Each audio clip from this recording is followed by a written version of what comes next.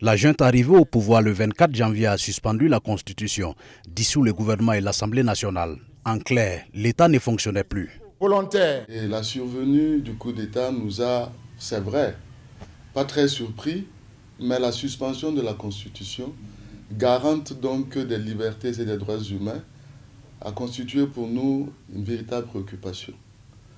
Et la Commission nationale des droits humains recommande aux militaires le respect des droits de tous les Burkinabés. On sait d'avoir toujours à l'esprit donc le respect des droits humains dans ce contexte.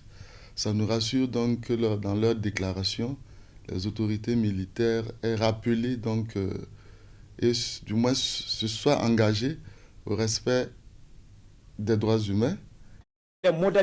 Hier, la junte a rendu public un document qu'elle appelle l'acte fondamental, un document qui rétablit la Constitution.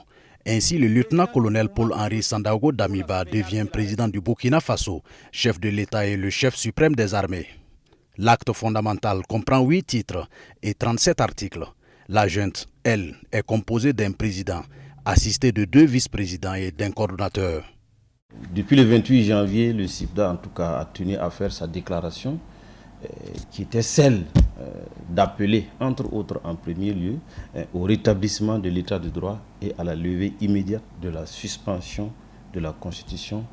À la date d'aujourd'hui, nous avons tous en tout cas vécu le rétablissement entre griffes, si je peux m'exprimer ainsi, de l'état de droit, puisque finalement nous avons appris l'existence d'un acte dit acte fondamental.